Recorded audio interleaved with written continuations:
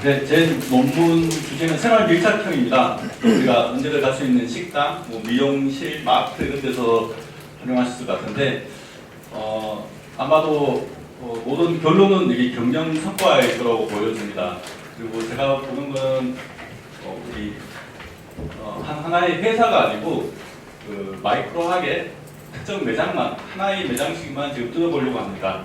그래서 경영 성과를 높이기 위해서는 당연하게 매출도 나와야 되지만 이 매출에 영향을 주는 요인들은 너무나 많기 때문에 그 중에서 제가 할 수 있는 또는 우리 매장에 현장에서 할 수 있는 가장 핵심적인 요인들이 고객에 대한 일정 고객에 대한 구매율을 높이는 부분을 여기를 지금 방점을 짚고 있습니다. 그래서 첫 번째 주제에는 요거를 전부 다 커버를 하는 건 아니고 우리 직원들 조직 몰입을 시켜서 고객 지향성을 높인 다음에 이제 당연히 구매율을 높아서 경영 성과를 높이는 방향으로 이렇게 한 점에서 진행을 할 예정이고 그 다음에 만약에 이 프로세스가 재밌다고 하면 다시 재방문율 쪽으로 해서 이제 CRM 쪽으로 다시 한번 검토를 하려고 합니다. 그리고 마지막에는 우리 그 직원들에 대한 이 성과 보상을 어떻게 하느냐에 따라서 아마 직원 만족도가 달라질 거니 성과 보상에 여러 가지 한 5가지 정도의 이런 옵션을 두고 각각의 매장에서 그 성과 보상의 툴을 선택을 한 다음에 본인들의 선택한 그 성과 보상 제도에 따라서 다시 어떻게 직원 만족이 되는지 이렇게 전체적으로 한번 볼 계획이고 아마 여기는 좀 빠져 있는 것 같은데 여기 나중에는 우측 방향에 이 원가와 관련된 부분들 그런 쪽에다가 한번 더 보완을 해서 제 논문을 마무리할 예정입니다. 제 논문은 심플합니다. 혹시 뭐 질문사항 있으신가요? 아니 재미네요. 그러니까 각각 떨어져 있는 것들을 하나의 이제 전체 그래프로 이렇게 연결해 주시는 거, 그렇죠? 네. 제가 원했던 부분입니다. 꼭 어차피 이거 연구를 하시는데 이게 전체가 필요했냐 없냐에 대한 논의인데 전체를 알고 아는 거랑 다른 개념이다라고 할 수 있으니까 고맙고요. 근데 마케팅 비용이 증가하면 경영 성과는 나빠지죠. 네. 다양히 성과 보상이 일어나면 공리하면 안 되겠네요. 성과 보상은 너무 과도하게 할 수는 없는 부분이다. 네, 이것도 좋은 지적이시죠. 교육 훈련비가 많아지면 경영 성과는 비용으로만 보신 거 아니에요? 비용으로 본다면 가장 큰 고민 중에 하나가 교육 훈련을 많이 하는 회사가 경영 성과가 좋아질까? 아니면 경영 성과가 좋은 회사가 교육 훈련비를 많이 투자를 할까? 이런 부분은 저도 사실 객관적으로 판단하기 어려운 부분인데 여기 루프가 없으면 상관없어요. 보세요. 이렇게 가서 도로는 루프가 없어요. 이렇게 가서 그냥 가다가 그러니까 요거는 그냥 통제 변수 비슷한 도로로 통제가 조절 변수이기 때문에 골래치 안 하면 됩니다. 굳이 음의 관계를 안 하셔도 되니까 이거 빼고 여기만 루프니까 요 루프 내에서만 고민하시면 되고 잘 그리신 거예요. 그죠? 루프가 없잖아요. 교육훈련은. 근데 교육은 루프가 있을 거예요. 근데 여기에는 관심이 없으신, 그러니까 이 분야의 연구 범위에는 포함 안 돼 있는 거라 그렇게만 그래야 하셨습니다. 질문 주세요.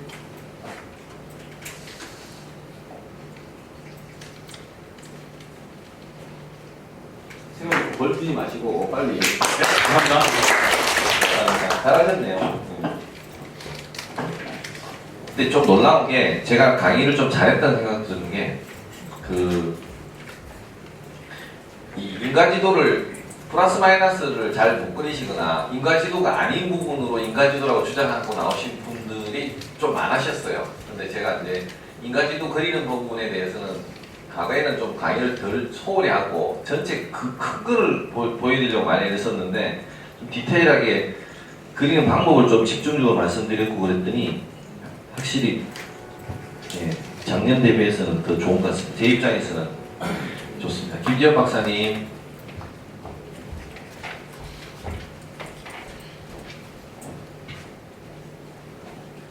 안녕하세요. 저는 그 기업가 정신, 특히 그 중에서 사내 기업가 정신에 대한 주제로 공부를 하고 있는데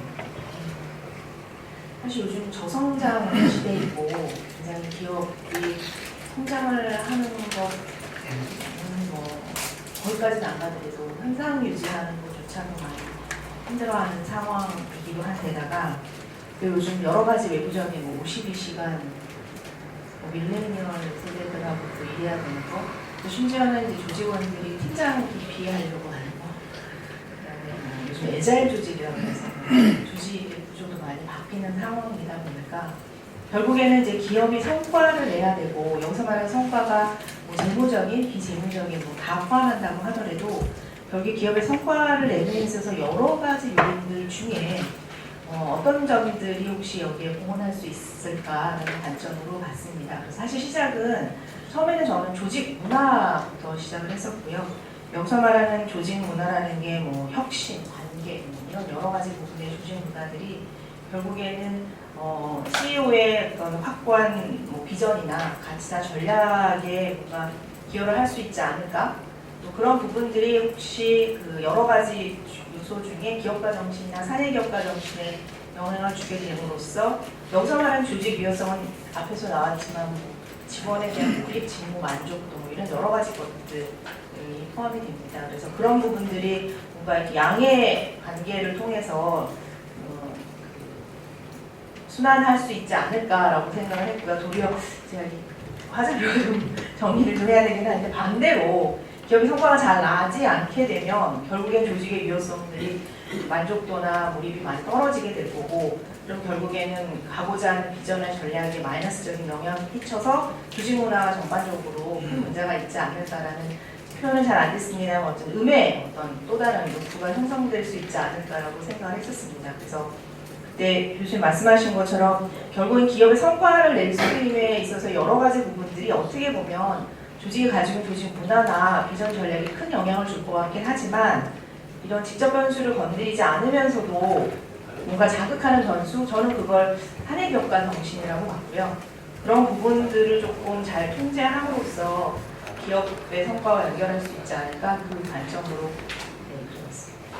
기업의 성과가 증가하면 혁신적 조직 문화를 해쳐요? 아니요, 그 반대로 기업의 성과가 떨어지면, 예를 들어서 아니 떨어집니까? 기업의 성과가 떨어지면 혁신적 조직 문화가 늘어나요? 아니요, 조직 문화가 떨어지죠.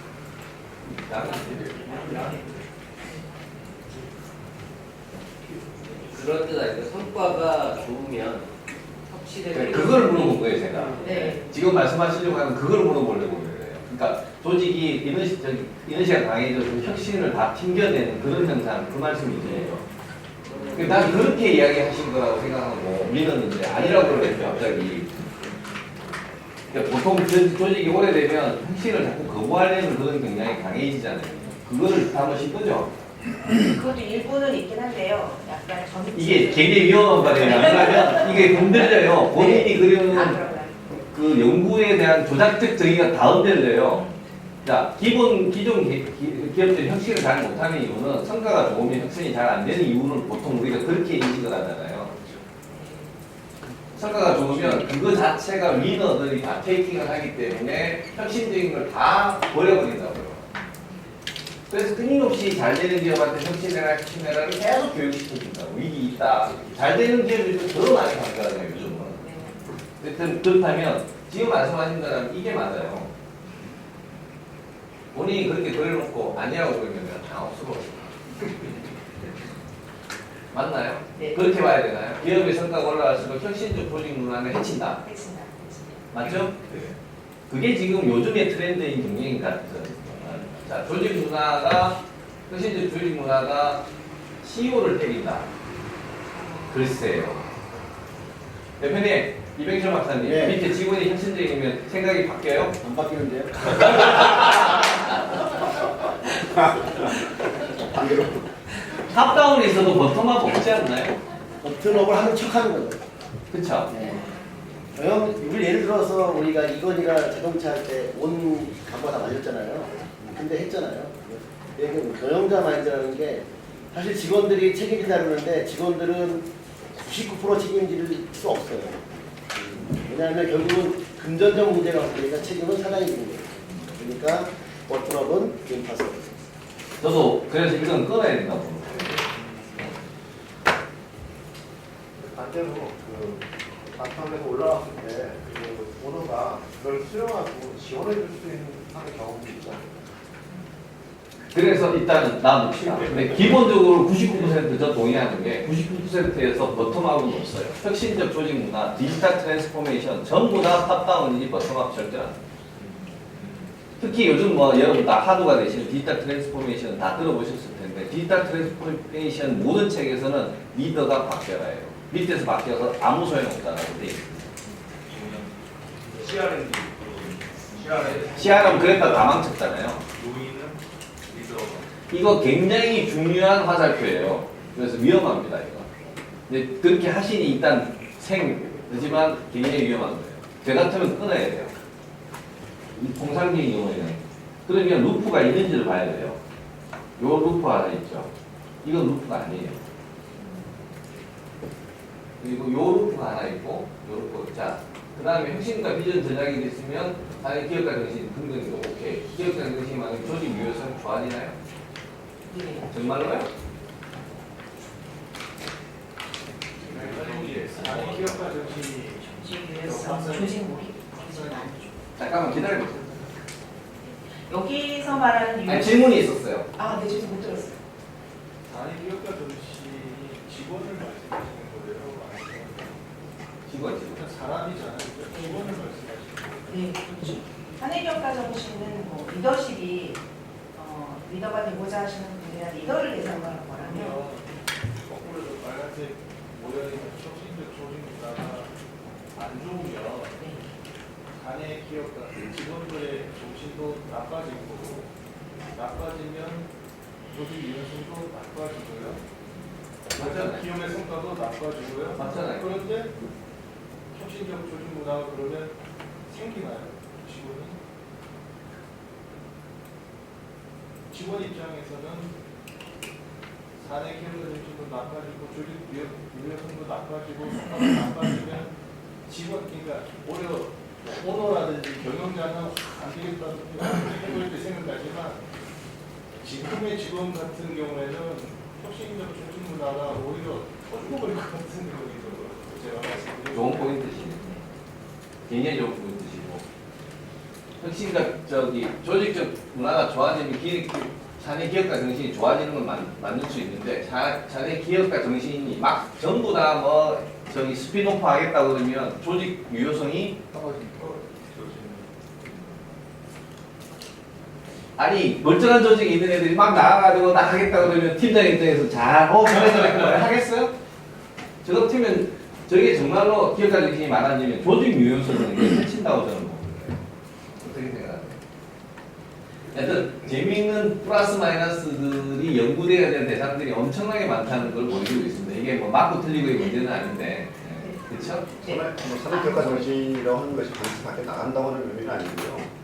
거기서 그러니까 내부 스피노프들은 어쨌든 자꾸 그렇다고 팀에서는 벗어나는 거고 조직 문화는 와야 될 수 있죠. 그게 애자일 조직으로 판단하면 조직 유연성도 높아진다고 할 수 있지 않을까요? 근데 스피노프 하는데 스피노프라고 기업가 정신, 사내 기업가 정신이 그거는 전혀 정신적인 측면에서 이게 요즘 뭐 그렇게 따져야 그거를 또 맞는 주장이시네. 그것도 좋은 말씀입니다. 좋은 지적이세요. 네. 맞습니다. 네. 그리고 혁신적 비전과 전략이 그 변수가 기업의 성과와 혁신 조직 문화 사이에 들어가는 모양이 더 좋아 보이는 것 같아요. 성과가 떨어지면 CEO가 뭔가 비전과 전략을 세워야 되는 동기가 생기고 그러면 그게 이제 조직 문화에 영향을 미치는 거예요. 소달루프 다이어그램이 이렇게 유용합니다. 다양한 의견을 듣고 수용하는데 하나의 기준점, 그림을 가지고 서로 이야기를 하니까 이야기가 편해지잖아요. 근데 이거 없이 그냥 이야기하면 서로 무슨 이야기 하는지 모르고 자기 주장만 하면 끝나요. 근데 토론을 하실 때 이런 거 한번 그려놓고 한번 해보십시오. 그러면 이 여기에 한해서 이걸 플러스냐 마이너스냐 그러면 여러 가지 시나리오 생각해 볼 수만은 결집체로서의 도구로서 표현이 있습니다. 워크샵 할 때 한번 써보세요. 이백실 대표님.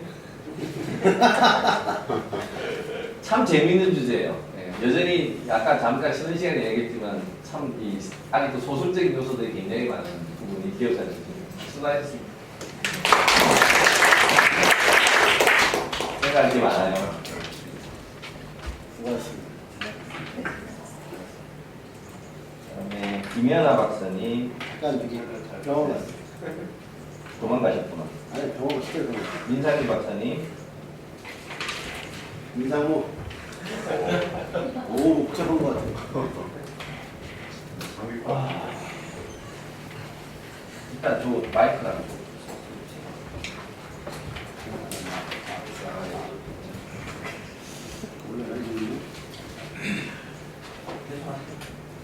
야, 이거 진짜 복잡하네.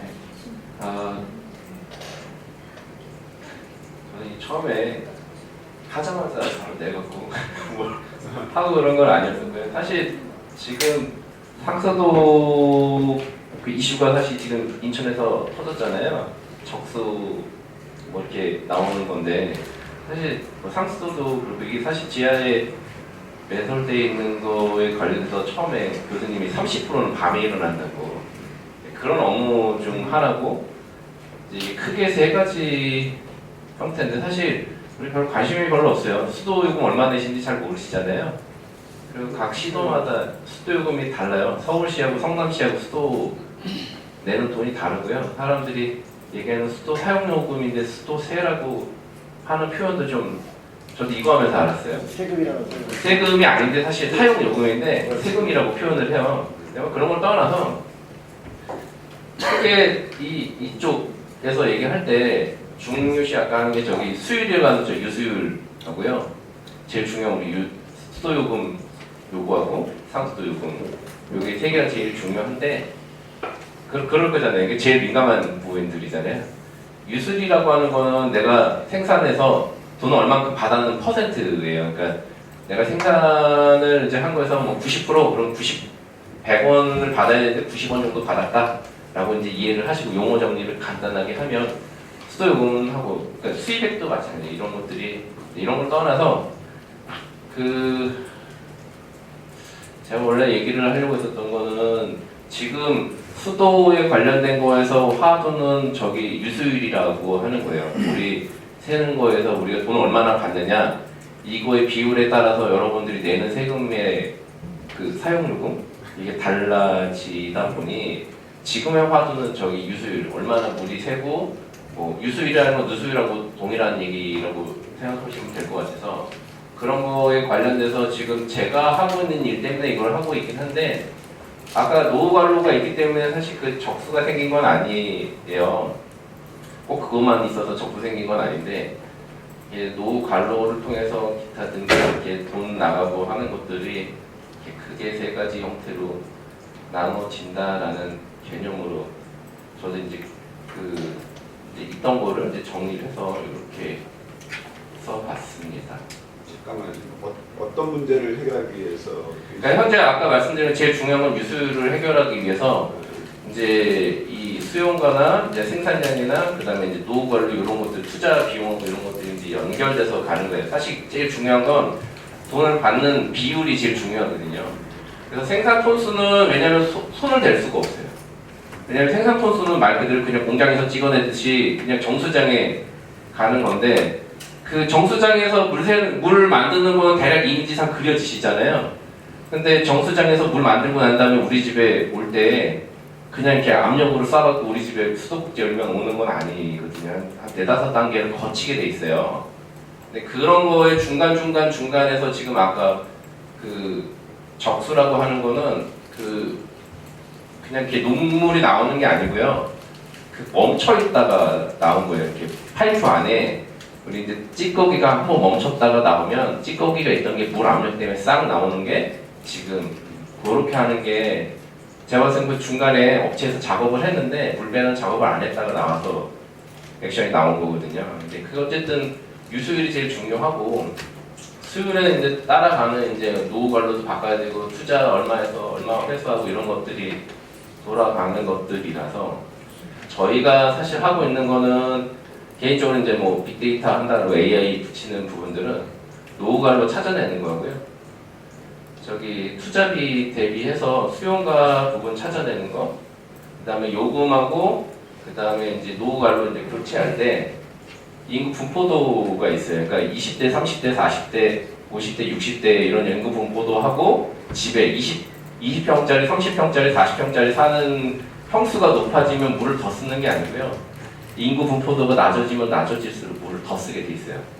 이건 뭐 논문 찾아보시면 그러니까 평수가 물을 사용을 하는 그 뭐라 해야 돼? 결정적 요인이 아니라 인구 분포도에서 20대, 30대, 그 다음에 이제 아기가 있거나 여자가 더 살면 여자들이 살면 살수록 더 그런 물 사용량이 더 많고 그래서 어떤 신도시가 대체적으로 젊은 인구가 투입되고 거기에 젊은 인구가 들어가고 여자들이라고 하는 어떤 그런 요소들이 들어가면서 이런 것들이 나왔다라고 하는 이제 연구 논문들도 있어서 대체적으로 이렇게 그랬습니다. 근데 저 유수율이 중요하시다 그래서 유수율에 지금 활주가 보이는 것까지는 보이는데 그거에서 또 다른 이렇게 나가는 연결고리 전혀 안 보이네요.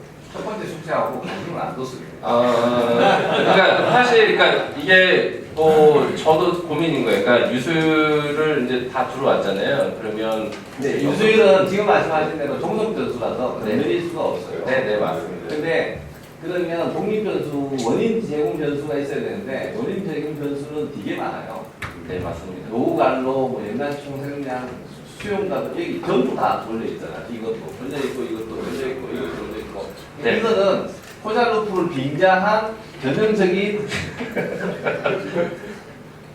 연립 방정식이에요. 사실 맞습니다. 네. 수율이 높으면 생산자 입장에서 아니, 포자루프를 빙자한 저기 그 구조 방정식이에요.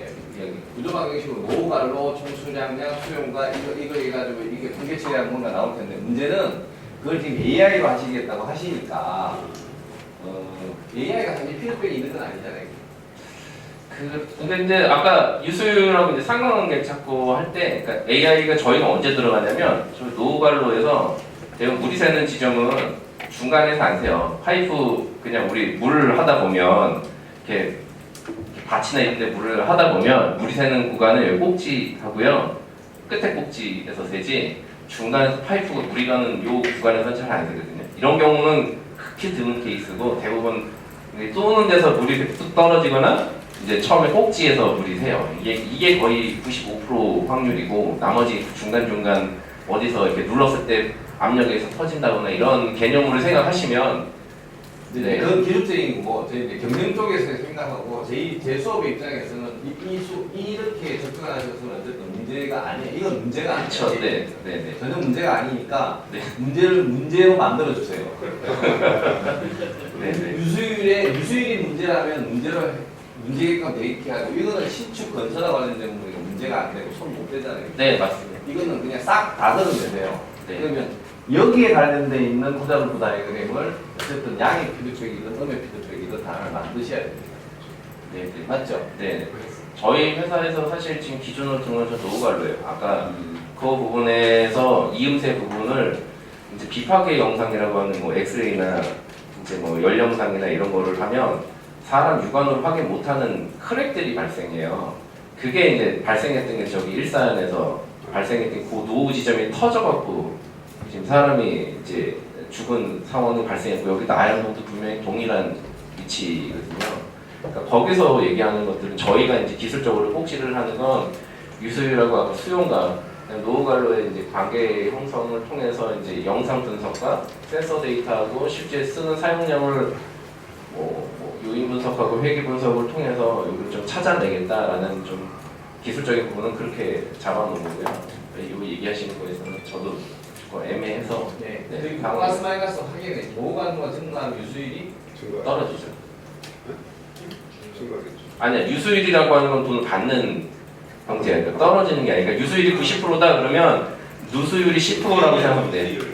유수율, 그러니까 흐를 유자에 물이 얼마나 흘러가는 이제 저거니까 물을 사용하는 그 부분이고 누수율하고 개념은 조금 다른 거예요. 반대네. 네. 반대라기보다도 반대네요. 여기 빨간색 있고 요로프가 돌거든요. 그러면 이렇게 이야기하면 이게 종속변수니까 수도 요금 수입액이든 네. 여기를 레버리지를 써서 요동을 때려야 되겠다라고 구조상으로 나오긴 하는데 문제는 이게 루프가 아니에요. 이렇게 돌아가는 루프가 안 되죠. 요 루프는 도네. 네. 그렇게는 요 루프를 중심으로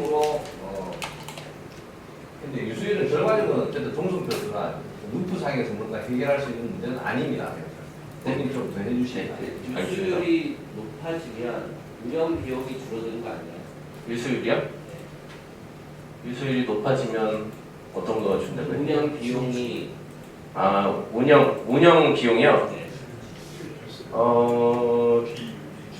뭐 그렇게 보면 그렇죠. 근데 그러니까 저게 그러니까 주기적으로 계속 아까 안 보이는 거잖아요. 터졌을 때만 가서 내가 고치는 개념이 아니라 이건 유지보수 개념이라서 지속적으로 이렇게 아니지 유수율은 측정 가능하지 않아요? 유수율은 측정 가능합니다. 그러면 운영 비용을 컨트롤 할 수 있죠. 지금 말씀하신 대로 자, 네, 네. 누수는 측정 못해도 유수는 측정할 수 있을 것 같은데 그래야지 계량이 되고 그다음에 과금이 될 거 아니에요. 네, 맞습니다. 그 조언 해주셔서 이제 됐어요. 아, 네네. 아, 문제가 네. 됐어요. 네, 지금 살려주시면 돼요. 네, 감사합니다. 넘버쌤 여기 좋습니다. 네, 감사합니다. 이거 완전 다 드릴 테니까 꼭 한번 보세요. 수업 끝났다가 묻지 마세요. 아까 들었어요.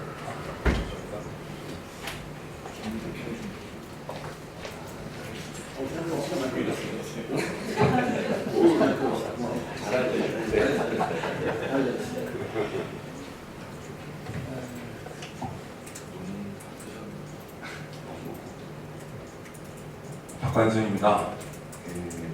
저는 취약점 제거에 걸리는 시간에 대해서 지금 쓰고 있는데요. 그래서 이제 이번에 포잘로프 다이어그램을 그리면서 좀 머릿속으로 좀 정리를 해보는 기회가 되었습니다. 그래서 먼저 보시면 이거 아닌데 내가 뭔 일 했나요? 그리고 아까 업데이트 이문혜 선수 하셨어요. 처음 내걸 해요.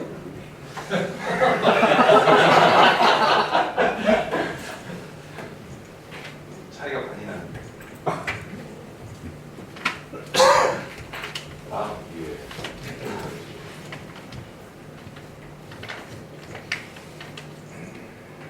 박봉재 박사님. 네. 그래서 다시 하겠습니다. 50초 걸리는. 별로. 제일 짧아, 제일 짧아. 아니 저기 갈 거예요. 전 리더십 관련해서 찾아보고 있는데 요즘 뭐 아까 앞서도 이야기를 했지만은 근무 시간이 바뀌고 있고 정년 연장 뭐 이야기도 나오고 있고 근데 상대적으로 리더의 역량이라는 것은 뭐 예전만큼 투자가 잘 안 되고 있는 그런 상황에서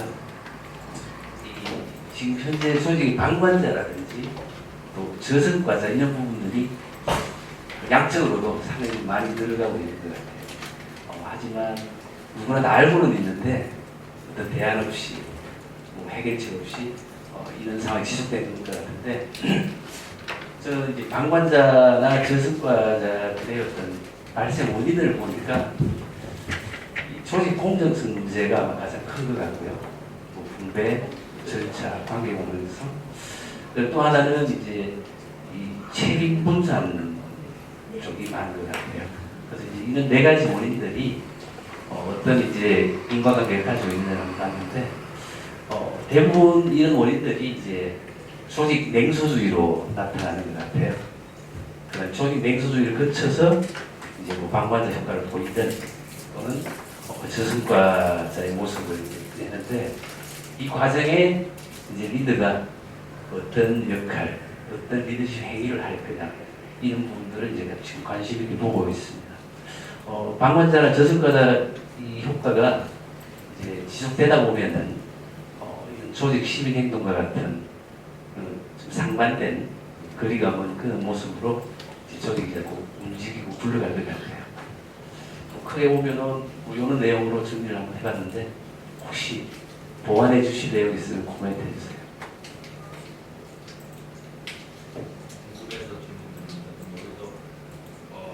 저당과자들 그 시민 행동이든 그런 부분에 대해서 이제 다시 반영을 시켜야 되는 부분은 어디 보고 이제 리더가 어떤 리더십 행동을 하느냐에 따라 가지고 이렇게 이제 바뀔 수가 있겠죠.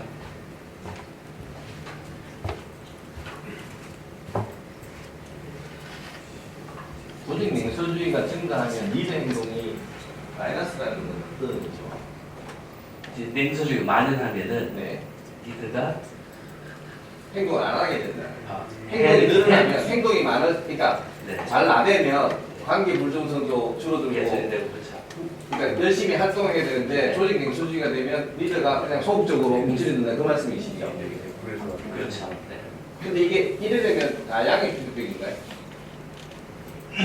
조직 리더가 행동을 많이 하면 할수록 조직 냉소주의는 계속 늘어나고 그렇죠. 한번 더 생각해봐야 되겠는데. 조금 생각해 볼 필요가 있고 요게 이제 양의 피드백은 보고 조직 냉소주의 그러니까 냉소주의라고 해놓으니까 이게 그 생각이 음이 돌면서 이게 자꾸 이렇게 나쁜 쪽으로 돌지 이렇게 되는 거예요. 그러니까 상업적이면 그러니까 타픽은 조직의 냉소주의 이식은 이해가 되니까 그러다 보니까 이게 생각이 음의 변수를 여기 끼워놓으니까 루트가 양으로 도는 게 좀 이상해져 버리는 거예요. 조직 긍정주의나 이렇게 해버리면 이게 전부 다 양의 느낌이 되니까 다들 이해가 하기 쉬운데 음을 중간에 끼워놓고 변수를 해놓으니까 이게 거꾸로 막 생각하니까 이 핸들 거꾸로 가는 자전거 운전하는 그런 느낌이 드는 거예요. 그래서 사실 쉽지는 않습니다만 이렇게 해놓으면 본인이 생각할 때도 이게 자꾸 헷갈리는 거예요. 할 때마다 힘든 거예요. 그래서 그 부분을 제가 조금 그러니까 긍정적인 요소를 해주시면 아무래도 우리의 생각의 방향들이 그렇게 틀이 잡혀져 있으니 좋지 않겠냐는 말씀을 드리는 겁니다. 그럼 이해하기가 쉽거든요.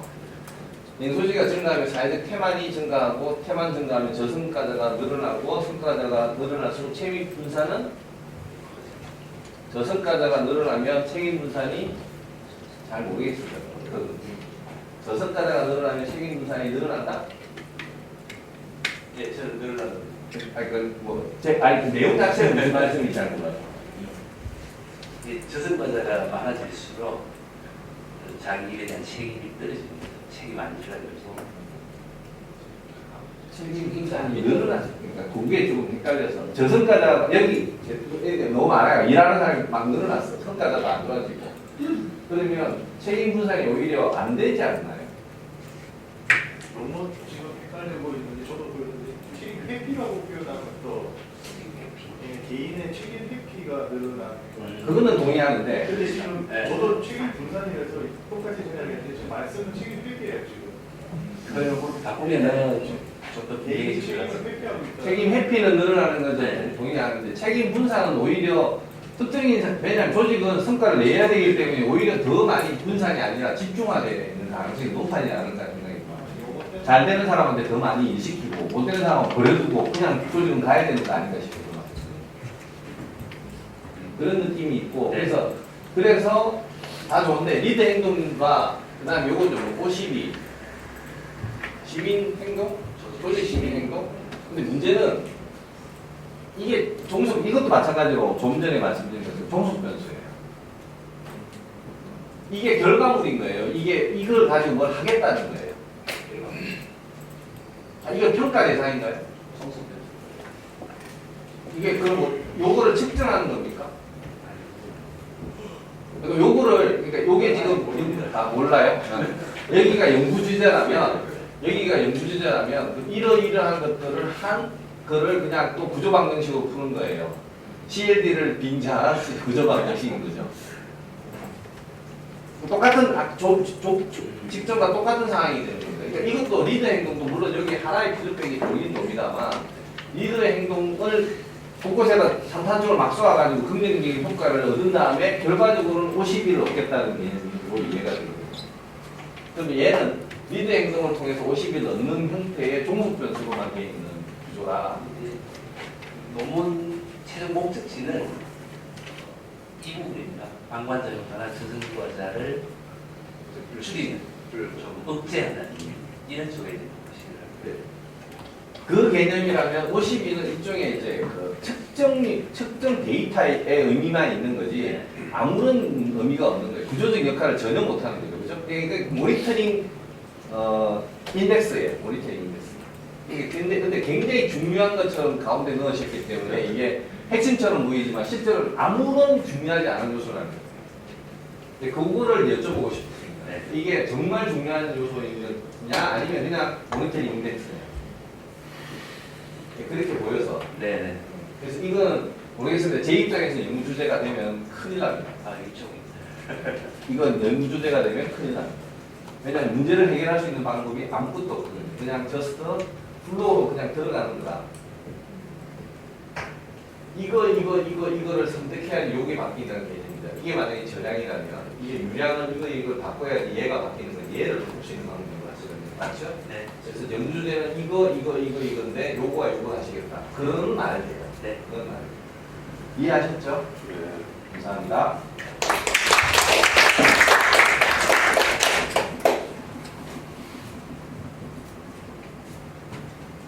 하시죠. 바꿨어요? 바꿨어요.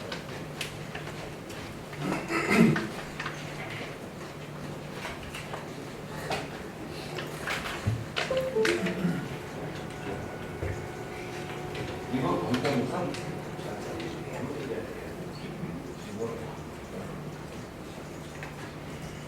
목소리가 안 나와요. 목소리가 안 나와요.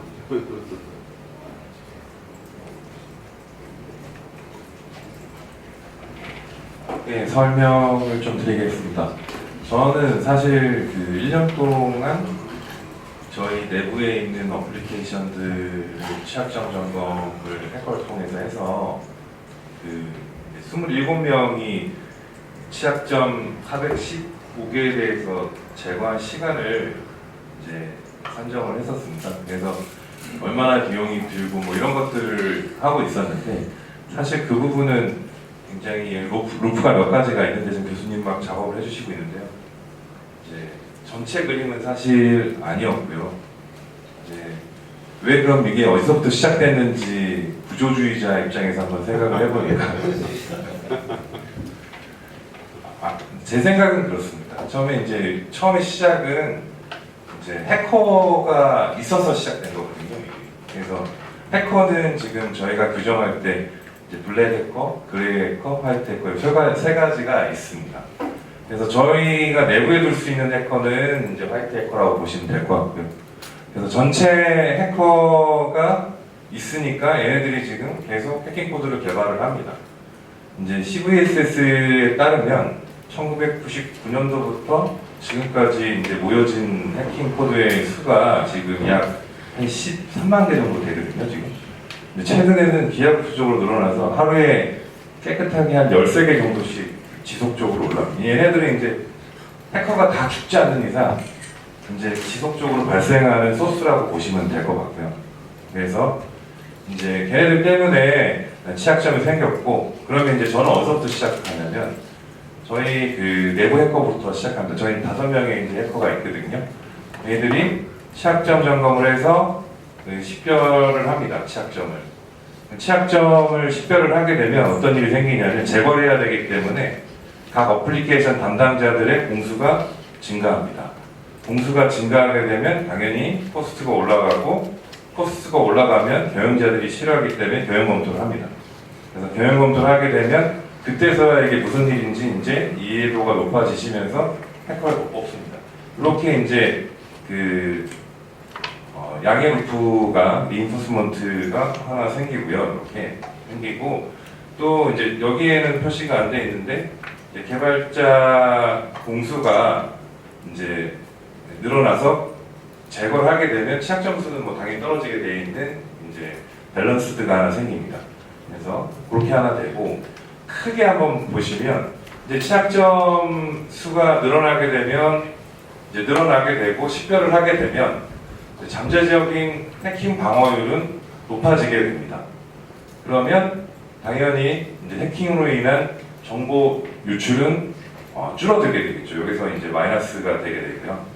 그리고 정보 유출이 늘어나게 되면 당연히 코스트가 올라가겠죠. 이거는 이렇게 해서 이렇게 하나가 돌게 됩니다. 그리고 마지막으로 이제 정보 유출이 늘어나게 되면 이제 저희 정부도 굉장히 개입을 많이 하는 편이거든요. 그러면 규제가 심하게 들어옵니다. 연간 몇 번 취약점 점검을 어떤 식으로 해라, 뭐 이런 식으로 이제 나오게 되면 규제가 생기면 또 경영 검토를 즉각 하게 됩니다. 경영진들이. 그래서 루프는 사실 이제 크게 이렇게 돌아가는 음의 루프, 그리고 가운데서 돌고 있는 음의 루프, 그리고 중간 지점에 돌고 있는 양의 루프, 이렇게 정리가 되더라고요. 근데 이제 정리를 하면 뭔가 밸런스는 있지만 지속적으로 증가할 수밖에 없는 그런 상황이라는 거는 전체적으로 양쪽에 약간 기울어져 있는 해킹 코드가 지속적으로 얘네들이 다 죽지 않는 이상은 계속 생기는 그런 구조라고 보시면 될 것 같습니다. 그래서 저는 이제 시간 제한 들어가야 되죠? 예, 여기 시간 제한 들어가야 됩니다. 정확합니다. 예. 그래서 이제 제가 갖고 있는 여러 가지 수식들을 그리고 데이터들을 이용해서 중간 부분들은 어느 정도 커버가 될 것 같고요. 그래서 나름대로 그 논문을 쓸 때 이번에 호잘루프 다이어그램과 그 다음에 더 좀 더 나아가서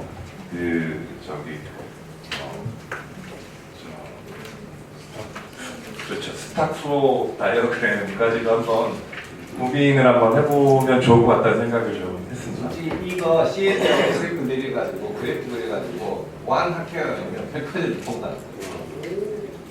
근데 어려운 게 하나도 없어요. 기존에 나와 있는 제가 샘플로 나눠있는 SFD, CND 다 들어가 있잖아요. 그러면 그래프는 그냥 나오고 제가 드린 것만 가지고도 이게 나와요. 데이터만 본인이 이제 왜 그러세요? 그 정보를 데이터만 본인이 그 대단히 해오셔야 되는데 탱커의 수나 이런 동향들이 그래프로 인터하면 이거는 그쪽 그 보안학계에서 이런 새로운 일구방문을 받아들이기만 하면 이건 금방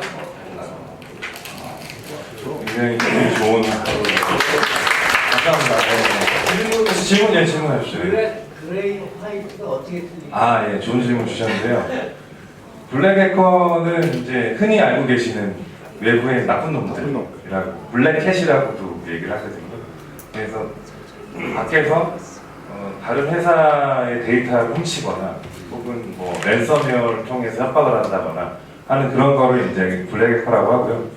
화이트 해커는 이제 내부의 기업의 안에서 고용돼서 이제 실제 블랙 해커들이 공격하기 전에 미리 해보고 그걸 제거를 하기 위해서 있는 애들이고, 그레이 해커는 뭐냐면 왔다 갔다 하는 애들입니다. 이쪽에 돈 주면 일로도 갔다가 회사 생활 마음에 안 들면 또 나갔다가 그런 친구들이라고 보시면 될 것 같습니다.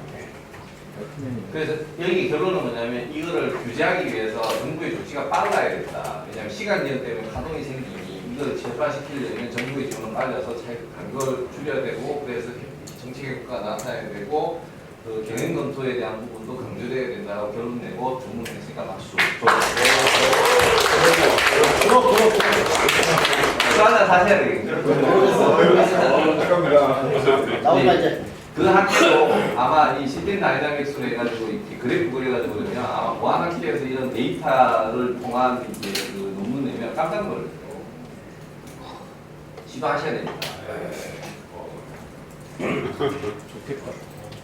괜히 넘어가면 큰일 날 뻔해요. 심재선 박사님이죠?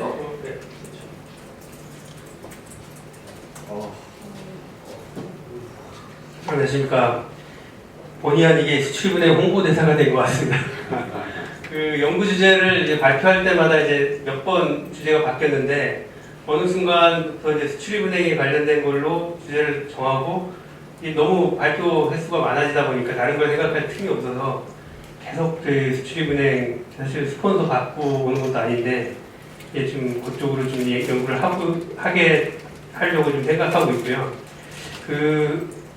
이 수출입은행이 이제 뭐 지원을 하게 되면 일반 은행들과 다르게 수출하거나 이제 해외 투자를 하는 그런 쪽에 지원을 하고 그 효과가 저희는 이제 있다고 믿습니다. 뭐 교수님 말씀하신 대로 사실 금융의 역할이라고 하는 것은 직접적인 효과는 아니지만 그게 이제 있다고 믿고 그거에 대해서 내부적으로는 여러 가지 경영 성과 평가를 하고 있는데 그것이 이제 정말 이제 입증되는 그러한 실증 분석이 된 케이스가 있는지를 찾아보다 보니까 해외에서는 여러 나라별로 수출은행의 기업 수출 지원 효과에 대한 분석들이 있는데 우리나라에서는 좀 약간 좀 미흡한 것 같더라고요. 그래서 그런 쪽에 약간 아직까지는 없는 것 같아서 그걸 좀 새로운 연구 방법론을 좀 하려고 좀 생각하고 있고, 지금 고민하다가 그 좀 어렵다고 생각하는 부분은 계속 이제 선순환의 효과들은 쉽게 드러나는데, 거기에 이제 그 교수님 말씀하신 그런 마이너스적인 효과들을 찾아보려고 좀 노력을 했었는데,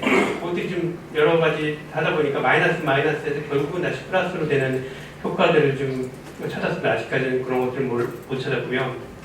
그리고 보시면 가운데 이제 수출입은행이 지원을 중간에 기업 규모별로, 기업 규모가 이제 크냐 작으냐에 따라 가지고 결국은 이제 수출과 투자가 일어나는데, 그 기업 규모를 좀 저희는 이제 구분을 해서 대기업에 지원하는 것과 중소기업에 지원하는 거, 그걸 한번 그 구분해 보고 싶었고요. 그리고 왼쪽에 지금 따로 사실 루프에는 안 들어가 있는 요소들인데, 문화적 차이라든지 지리적 거리, 이런 것들도 결국은 이제 수출과 투자가 일어나는 그런 형태들이 뭐 우리가 얼마만큼 문화적으로 가까운 나라냐, 아니면 지리적으로 뭐냐에 따라서 영향이 아무래도 좀 있을 것 같다는 그런 선행 연구들에서 그런 것들을 좀 찾을 수 있었습니다.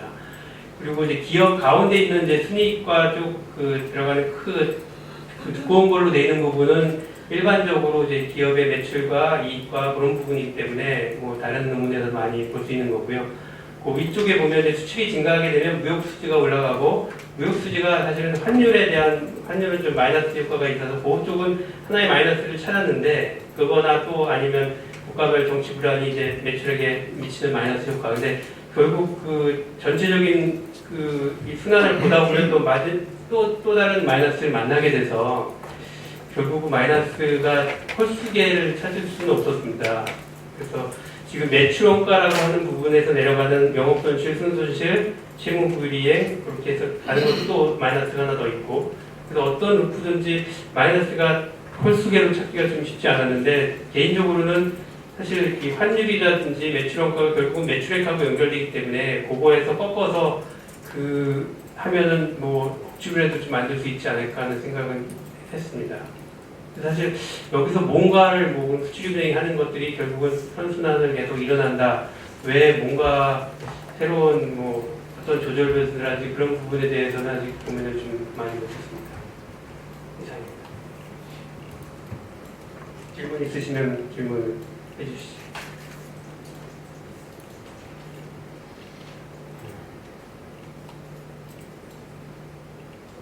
환율 변동성을 말씀하시는 거예요? 그냥 저희가 일반적으로 그냥 원화 강세 그런 개념이 아닌 그냥 환율. 그러니까 무역 수지가 이제 늘어나서 이제 달러가 많아지면 국내 이제 환율이 올라간다라고 일반적으로 보고, 아니 떨어진다라고 보고, 그 환율이 또 올라가게 되면은 일반적으로 저희가 환율이 높다고 하는 거는 정치적으로 좀 불안한 요소로 경제적인 마이너스 효과를 본다고 보고, 그렇죠. 그 정치 불안이라는 항목을 했기 때문에 그것도 올라간다고 보고, 그게 올라가면 매출액에서 마이너스 효과가 있다. 그렇게. 그 환율이 우리나라 입장에서 네. 오르면 수출이 일어나는 효과가 있어서 네. 원가나 원가는 오를 수 있으나 예. 손실이 예, 맞습니다. 효과라는 볼 수 없을 것 같아요. 그러니까 사실 환율이 올라가는 효과는 매출의 플러스 요인인데, 그걸 갖다가 이제 비용 측면에서 억지로 이제 이걸 한번 처음에 이제 그 마이너스 루프를 하나 찾아보려고 그렇게 해서 억지로 만들었었는데, 그게 이제 또 마이너스가 돼서 이제 결국은 안 해도 되는 일을 한 것 같은 생각을 하고 있습니다. 환율에서 사실 매출 원가를 안 내려가도 결국은 매출액에 바로 들어가는 효과를 보면 또 플러스 효과가 되거든요. 그래서 근데 이거를 왜 이런 현상이 생기는지 본인이 이야기를 해놓고 까먹고 있어요. 매출 원가는 영업 이익을 보통 쓰는데 여기다 손실을 해놓으니까 이게 당연히 양의 필요. 근데 그래서 제가 교사님 영업 이익으로 바꿔야 된다니까. 그런데 영업이익은 두 가지 똑같은 중간에도 이게 수익에서 영업이익이 있는 그러면 손실하고 영업은 같은 거기 때문에 이렇게 루프를 따로 그리면 안 돼요. 그래서 그걸 갖다가 마이너스로 하게 되면 이렇게 가요. 네. 이익이라고 표현, 그러니까 영업 매출 원가가 늘어나면 보통 여기 다 이래서 올라가면 영업이익이 떨어진다라고 표현을 했는데, 여기다가 손실이 증가한다고 해놓고 이 두 개를 분리해 놓으니까 절대 음의 루프가 없죠. 양의 루프가 생기게끔 변수를 만들어 놓은 거예요. 그래서 여러 번 말씀드리지만 변수를 다 긍정적으로 쓸 수 있어야지 음량을 확실히 구분하지 중간에 음의 요소를 집어넣어버리면 그게 마치 양의 피드백처럼 보인다니까요. 그래서 이거는 그래서 지금 그 매출 원가에서 바로 꺾어가지고 영업이익에 마이너스 효과를 하면 더 간편하긴 하는데요. 그래도 이제 뭐 효과는 어차피 뭐 마이너스 효과가 나타나지 않고 마이너스니까 플러스 효과가 아니야. 보세요. 자, 매출 원가가 늘어나면 영업이익이 마이너스. 음의 피드백은 생기죠. 네. 요렇게 돌아갈 때 네. 지금 마이너스가 이건 플러스죠. 그래서 효과가 똑같아서 이제 처음에 이제 밑으로 뺀 거는 마이너스가 더 있어서 음의 피드백을 한번 만들어 보려고 했는데 그게 안 돼서 결국은 뭐 플러스 효과로는 뭐 환율이 증가하면 영업이익이 근데 환율 자체가 영업외 손실로 들어갈 때 영업이익이라고 저기다가 지금 약간 저거는 그러니까 지금 그 이야기 좀 보려고 이게 이렇게 되냐고. 환율이 증가하면 오히려 단기 순이익이 들어가는 순이익은 환율이 증가하면 순이익이 늘어나는 걸로. 이게 일이 되냐? 그러면은 마이너스가 하나 있으니까 그게 마이너스가 될 수 있겠네요. 역시 전문가들 뭐 이렇게 문제가 되겠죠. 이걸 이렇게 끊으면 위험한 요소가 되고 지금 이게 문제의 다른 요소로 접근을 문제를 회피하는 형태로 바뀌는 거니까 말씀하신 대로 영업 외익하고 영업 이익하고 구분해서 분리하는 문제가 좀 보일 것 같아요. 네. 근데 뭘 하시겠다는 거예요? 사실 거제 그 저기 뭐 플라프 한 것처럼 저는 내리고 싶지만 계속 올라가는 형태가 돼서 뭔가 이제 새로운 걸 이제 그 마이너스 그 찾아가지고 좀 해보려고 했는데 결국은 계속 도는 게 뭐 계속 선순환으로만 나와가지고. 아니, 그러니까 이제 찾았으니까 구조를 찾았으니까 이제 문제를 이제 뭔가 확장해 나갈 수 있는 단초는 됐네요. 네. 그 부분은 조금 환율하고 이걸 직접적으로 얘기하는 게 조금 위험한 부분이니까 그거는 조금 분리해서 생각해요. 환율까지 가야 될 이유는 모르겠어요. 수출입 은행이다. 그렇죠. 저희가 이제 지원하는 기업들인데 수출이 아니면 안 되다 보니까 이제 그걸 억지로 수출을 강조를 한 데이터를 쓸 수밖에 없고 그거에 영향을 좀 보려고 하는 거죠. 키코드 넣으세요. 환율하고 대사만. 그래, 좋은 지적 감사합니다. 예, 감사합니다. 한 분 다 할 수 있겠네. 한 분. 그렇습니다. 우리 이명재 박사님은 15분 더 쓰실 테니까 나와서. 네? 왜 이래 애도밖에 없고. 블라인드, 예, 재밌는 주제 아까 말씀드렸습니다. 네, 보세요. 갑니다.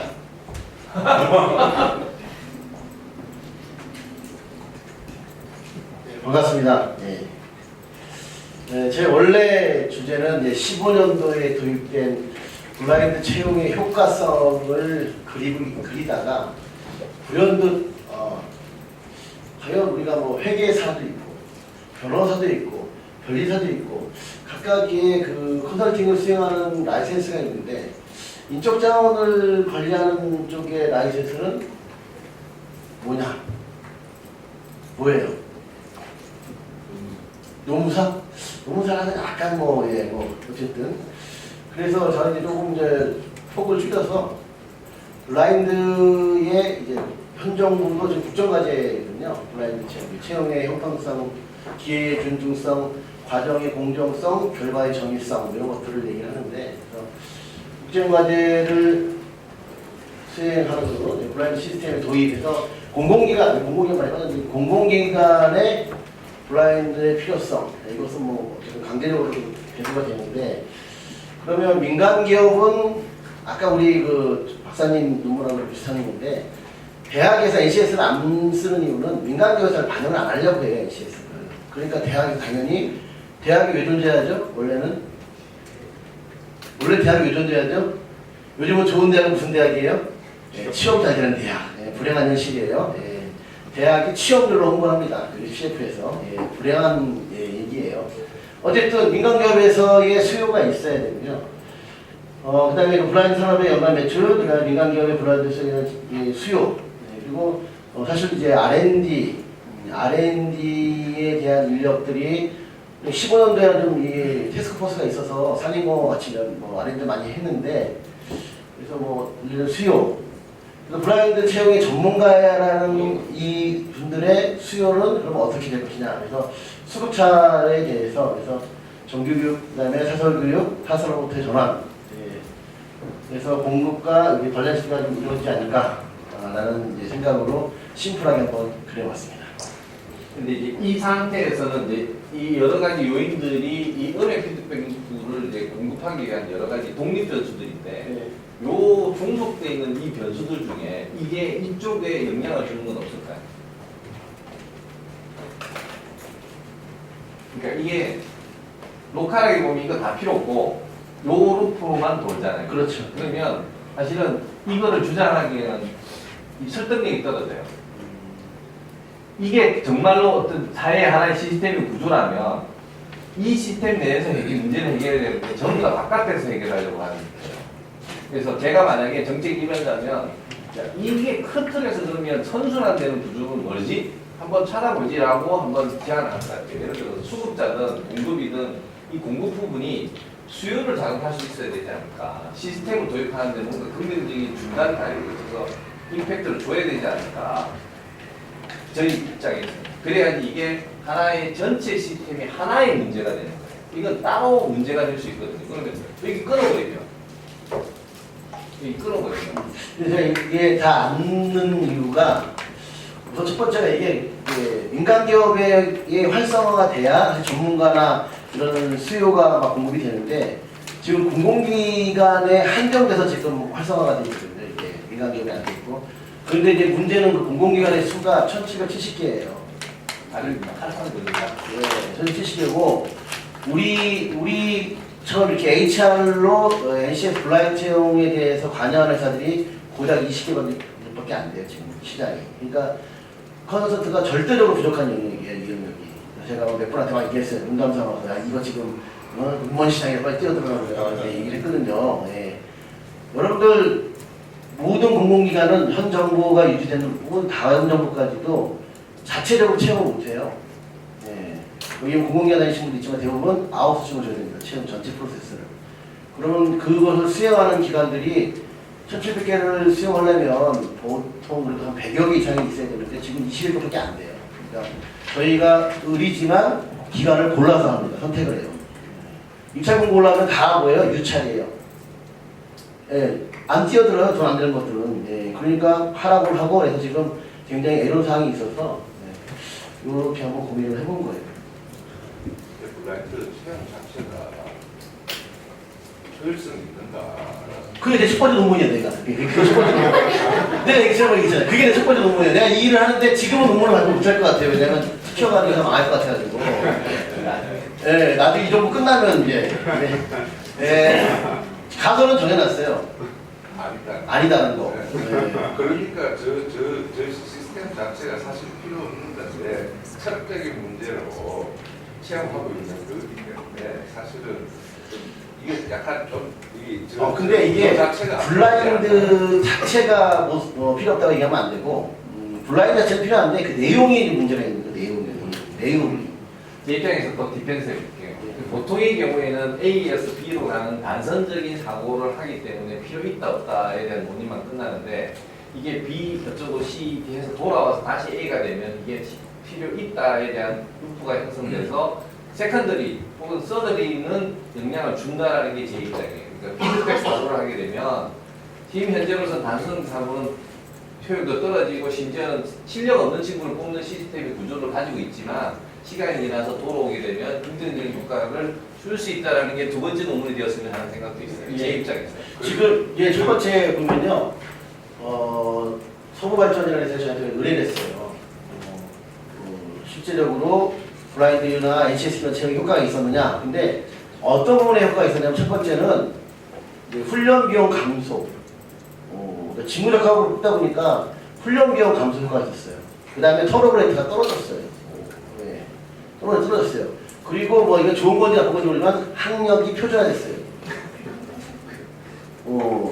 대부분 공공기관에는 스카이 정도가 들어갔었는데 이 제도를 하고 나니까 아주 다양한 학교 애들이 기술 분위기도 마찬가지로 긍정적 효과가 꽤 있어요. 그래서 제가 지금 굉장히 딜레마의 논문의 타이틀이 이게 긍정으로 써야 되냐 부정으로 써야 되냐. 그 관점에서 봤을 때 이제 긍정인지 부정인지 약간 이제 논의를 하더라도 지금 보여주죠 변수들이 오히려 그 라이트 자체가 아니고 그 아까 교수님 말씀하신 대로 그 외부적인 변수들에 대한 그게 있지 않으면 저게 약간 좀 문제가 있습니다. 이게 현재에서 보면 이제 공급은 많고 이걸 수용할 수 있는 사람이 없는 거예요. 지금. 그래서 이 사람들을 어떻게 하면 좀 제대로 받아낼 수 있을까에 대한 고민에서 시작이 된 거예요, 사실은. 그래서 궁극적으로는 이 일을 할 수 있는 사람들의 공급 모델, 뭐 크게는 그런 것까지 고민을 해본 거죠. 네, 질문 없는 거 알고 마치겠습니다. 네, 시점상 지금 싱글을 받는 경우에는 A, B만 고려해야 될 사항이 있고 조금 더 한정된다면 A, B, C, D 다시 A를 고민해야 될 사항도 있기 때문에 뭐 제가 시스템 설명에서 모든 걸 해야 되는 건 아닙니다만 큰 틀에서 보면 결국엔 도로공개이 있다는 거죠. 그러면 그 평준화된 게 긍정적인 거예요. 그 부분이 이제 문제가 되는 거죠. 평준화된 게 또 긍정적인 판단은 또 다른 문제이죠.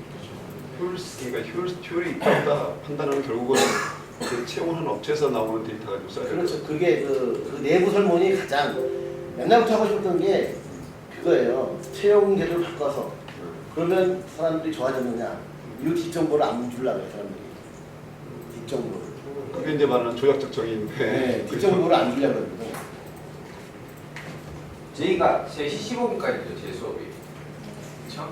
일단은 식사 다녀오시고요. 2시부터 시작을 하고 그 다음에 남아있는 일정을 소화하는 걸 제가 고민을 해보겠습니다. 몇 분 안 남았지 않아요? 지금 몇 분 안 남았습니까? 좀 남아서 어쨌든 고민해보고요. 어쨌든 진행하고 그 다음에 뭐 프로젝트 하는 방식으로 하겠습니다. 어쨌든 수업하는 것보다는 강사님들 발표를 더 우선적으로 할 겁니다. 그게 더 중요한 거니까. 식사 맛있게 하시고요. 이게 식사 오늘 도시락이에요. 네, 도시락입니다.